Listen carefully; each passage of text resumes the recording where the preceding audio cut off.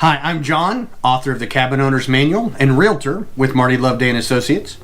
I have with me John Reitmeyer, who is interested in learning something about real estate.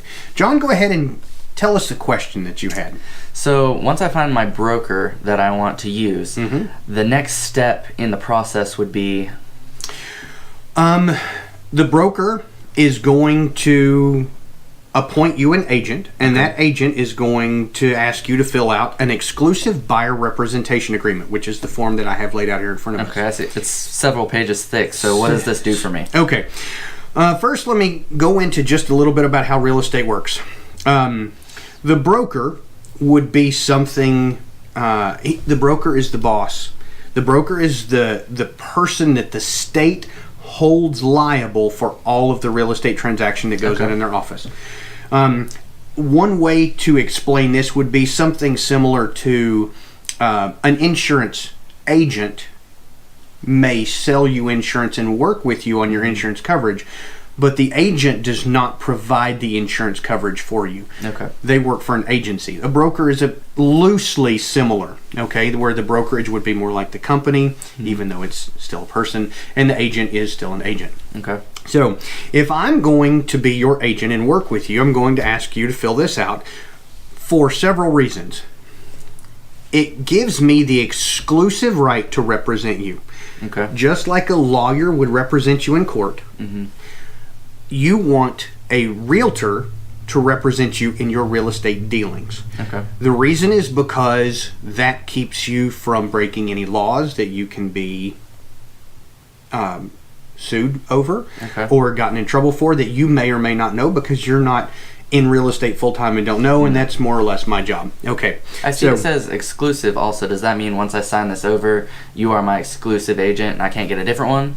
Only for the term that it is agreed for, and only as long as you want that person to be your exclusive agent. Okay. Let's say, for instance, that you find out that you and the agent that has been assigned to you are incompatible. You can go to the broker and say, I want out of this. Then the contract is null and void, and you're no longer your agent. And most likely I'm going to get fired for being a jerk. So, but yes, it is exclusive. One of the reasons that they do that is for the protection of the broker, because a lot of people go out and they look at a lot of different properties, and they find something, and somebody tries to sweet talk them into, hey, if you'll buy this, we'll do that, or hey, if you'll do this, we'll do that. Yeah. And what they're trying to do is steal the broker's money for providing the service. Yeah. Because the broker has taken the responsibility to set up to do business legally in the state, and is therefore there's a lot of work that goes into that. There's a lot of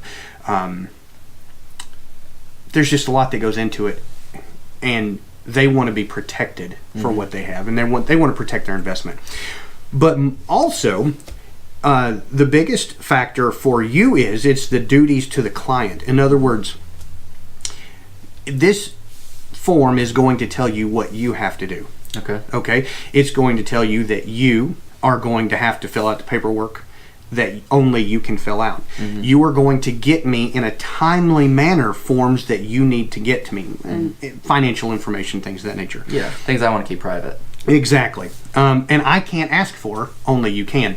But that means you're not going to sit there and take 30 days to get me a form that you should get me the next day. Yeah. Okay.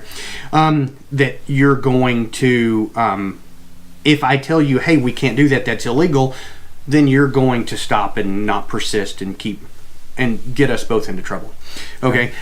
When you flip over and you go into it, then it tells you what agency is, meaning what I can do for you, how this affects each other. We go on into the other parts of it, the duties owed to the client, me to you. Now, what's the difference between a customer and a client? The broad spectrum is a customer is somebody that, an easy way to say it is a customer that walks in the store and buys something. A client is somebody that you take personal interest, just like a lawyer would in a court case. You are the lawyer's client. If you work with me. I treat you as a client. I'm going to keep all of your information confidential. I'm going to make sure that your best interest is at heart, not mine. We're going to work to make sure that what you need to better you gets taken care of. Now, you know me and you've known me for years, so you know I would do that for you anyway. Yeah. But a lot of people may not know their realtor that well. This Yeah. is just a basic overview. So, as a client, you would be more as a long-term relationship instead of a short-term going to a retail store and buying a cup, for say. That's right. The term I like to use for that is commodity, okay? And a lot of people that work in real estate treat their profession like it is a commodity. Yeah. Like you said, you could walk into a supermarket and buy this or buy that, so who cares? Yeah. We treat it differently because the way we treat real estate is, yes, you can buy a house from me. Yes, you can buy a house from somebody else. The difference is not the house. Okay?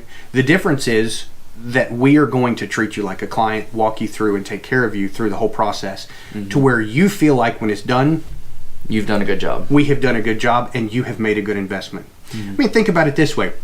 If you were in a lawsuit for $150,000, would you go hire a lawyer to take care of you? Absolutely. Okay.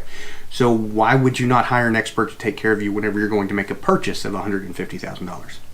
That's a very good point. Okay. So that's the way we try to present this information so that you understand we know what you're going through. I own real estate. I have bought real estate. I understand how it works.